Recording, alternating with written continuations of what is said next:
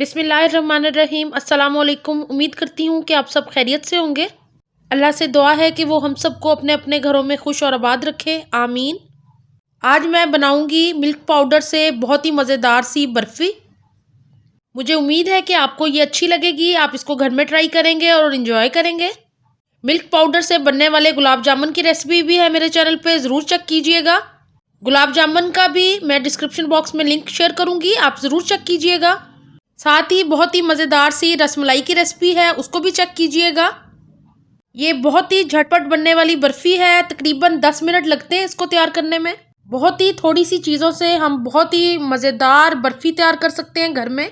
तो मेरी रेसिपी को फॉलो ज़रूर कीजिएगा और बनाइएगा मज़ेदार सी बर्फ़ी। जिन्होंने अभी तक हमारे चैनल को सब्सक्राइब नहीं किया, प्लीज़ वो सब्सक्राइब ज़रूर कर लें। आपको ये रेसिपी अच्छी लगे तो लाइक का बटन ज़रूर प्रेस कीजिएगा। वीडियो को मुकम्मल देखने के लिए मेरे साथ ही रहिएगा एंड तक। तो मैं स्टार्ट करती हूँ मज़ेदार सी मिल्क पाउडर की बर्फ़ी की रेसिपी को। मिल्क पाउडर बर्फ़ी बनाने के लिए हमें जिन जिन चीज़ों की ज़रूरत है, सबसे पहले मैं आपको वो बता देती हूँ। यहाँ पे मैंने 1 कप मिल्क पाउडर का लिया है। आप किसी भी ब्रांड का ले सकते हैं। खुला मिल्क पाउडर भी मिलता है, आप वो भी ले सकते हैं। 6 टेबल स्पून इसके अंदर चीनी शामिल करेंगे। इसके अलावा यहाँ मैंने इलायची पाउडर ले लिया है, 1/2 टीस्पून। इससे बहुत अच्छी सी खुशबू आएगी बर्फ़ी में। यहाँ पे मैंने 4 पिस्ते कट कर लिए हैं और 4 ही बादाम बारीक कट कर लिए हैं। 1/2 कप दूध जाएगा इसके अंदर। और इसके अलावा यहाँ पे 3 टेबल स्पून मैंने देसी घी के ले लिए हैं, ये जाएंगे। यहाँ मैंने एक नॉन स्टिक पैन ले लिया है और इसके अंदर मैंने घी को शामिल कर दिया है। हल्का सा घी को मेल्ट करूँगी मैं। साथ ही मैं इसके अंदर शामिल कर दूंगी दूध को, जो कि 1/2 कप है। तो यहाँ मैं दूध शामिल कर देती हूँ। दूध शामिल करने के साथ ही मैं इसके अंदर चीनी को शामिल कर दूंगी, क्योंकि हमने चीनी को डिज़ोल्व करना है तो वो दूध के साथ हल हो जाएगी। आंच धीमी रखिएगा। साथ ही मैं मिल्क पाउडर शामिल कर रही हूँ। सारी चीज़ें हमने इकट्ठी शामिल कर देनी है। और अब इसको मैं मिक्स कर लूँगी। साथ ही इलायची पाउडर शामिल कर रही हूँ ताकि बर्फ़ी में से बहुत अच्छी सी खुशबू आए और इससे बर्फ़ी का टेस्ट भी बहुत अच्छा हो जाएगा। तो हल्की आंच पे मैं इसको मिक्स कर लूँगी, दूध को, ड्राई पाउडर को और चीनी को। और हल्की आंच पे इसको हम पकाएंगे तकरीबन 3 से 4 मिनट तक। चीनी हल हो जाएगी इसके अंदर, फिर मैं आपको बताती हूँ कि हमने आगे क्या करना है।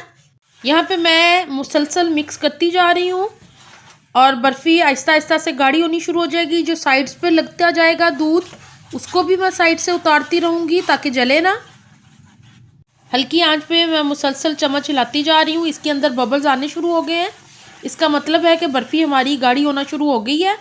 और जो साइड्स पे लग रहा है वो भी उतार रही हूँ मैं। तकरीबन 10 मिनट हो गए हैं। आप देख रहे हैं कि बर्फ़ी काफ़ी गाढ़ी हो गई है, साइडों पे से इकट्ठी होनी शुरू हो गई है। और जब मैं इसमें चम्मच हिला रही हूँ तो आपको खाली जगह नज़र आ रही है। इसका मतलब ये है कि बर्फ़ी हमारी गाढ़ी होनी शुरू हो गई है और ये आपस में अब जुड़ना शुरू हो जाएगी।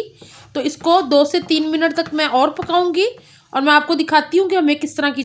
तकरीबन 12-13 मिनट हो गए मुझे मुसलसल बर्फ़ी को भूनते हुए और अब ये बिल्कुल गाढ़ी हो गई है। इस स्टेज पे मैं इसके अंदर थोड़े से कटे हुए बादाम और पिस्ते शामिल कर दूँगी ताकि बर्फ़ी का एक्स्ट्रा फ्लेवर हो जाए। उससे बर्फ़ी बहुत ही मज़ेदार लगती है। मैं इसके अंदर भी शामिल करती हूँ और ऊपर से गार्निश भी करूँगी। मुझे पूरी उम्मीद है कि आप इस रेसिपी को ट्राई करेंगे तो इंशाल्लाह आप बाहर से तो बर्फ़ी और मिठाइयाँ लेने बिल्कुल छोड़ देंगे। मेरे चैनल के ऊपर गुलाब जामुन और रसमलाई की भी रेसिपी है जो कि बहुत ही आसान है, तो आप उसको भी ज़रूर चेक कीजिएगा। इंशाल्लाह मैं उसका लिंक डिस्क्रिप्शन बॉक्स में भी दे दूँगी। तो अब इसको बर्फ़ी को बिल्कुल तैयार हो गई है। अब इसको हम निकाल लेंगे किसी बर्तन के अंदर। यहाँ पे मैंने स्टोव को बंद कर दिया है और अब बर्फ़ी को निकाल लेंगे जमने के लिए।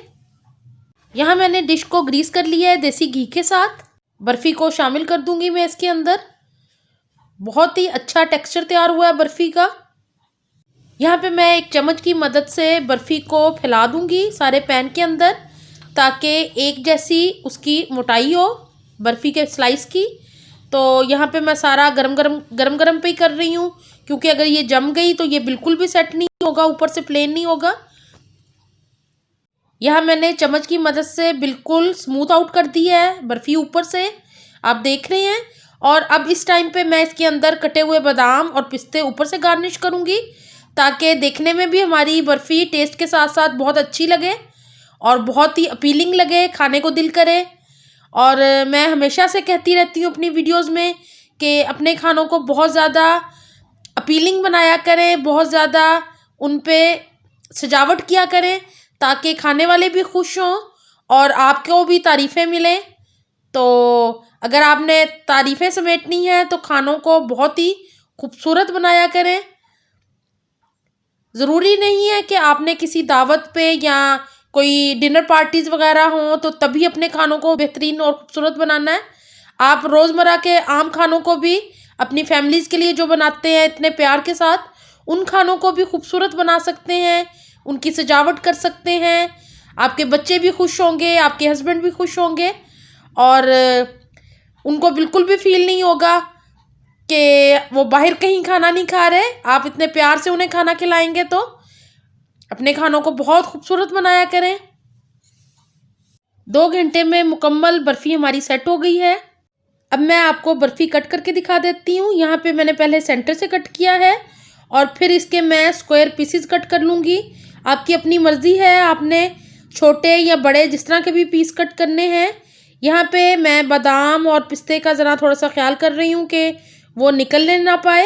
ये बहुत ही मज़ेदार बर्फ़ी बनती है कि आप खोए वाली बर्फ़ी को भूल जाएंगे, तो इसको ज़रूर ट्राई कीजिएगा। अब मैं आपको एक पीस दिखा देती हूँ निकाल के, ये देखें। अगर आपने इससे मोटे बर्फ़ी के पीस कट करने हैं तो वो आपकी अपनी मर्ज़ी पे है, लेकिन ये बहुत ही आइडियल पीस है, बहुत ही मज़े की ये बर्फ़ी लगती है। यूँ लगता है कि जैसे खोया ही मुंह में घुल गया हो। यहाँ पे मैंने बर्फ़ी को सर्व कर दिया है। आप मेरी इस रेसिपी को ज़रूर ट्राई कीजिएगा, मुझे कमेंट बॉक्स में ज़रूर बताइएगा कि आपको कैसी लगी। और इसके अलावा मेरे चैनल पे बेसन के लड्डू की भी रेसिपी है, वो भी आप ज़रूर चेक कीजिएगा। और जिन्होंने अभी तक हमारे चैनल को सब्सक्राइब नहीं किया, प्लीज़ वो सब्सक्राइब ज़रूर कर लें और साथ ही साथ वो बेल के आइकॉन को भी ज़रूर प्रेस कर लें, ताकि उनको पहले मेरी वीडियोज़ मिल सकें। मुझे दुआओं में याद रखा करें। अपना बहुत ख्याल रखें। अल्लाह हाफिज़।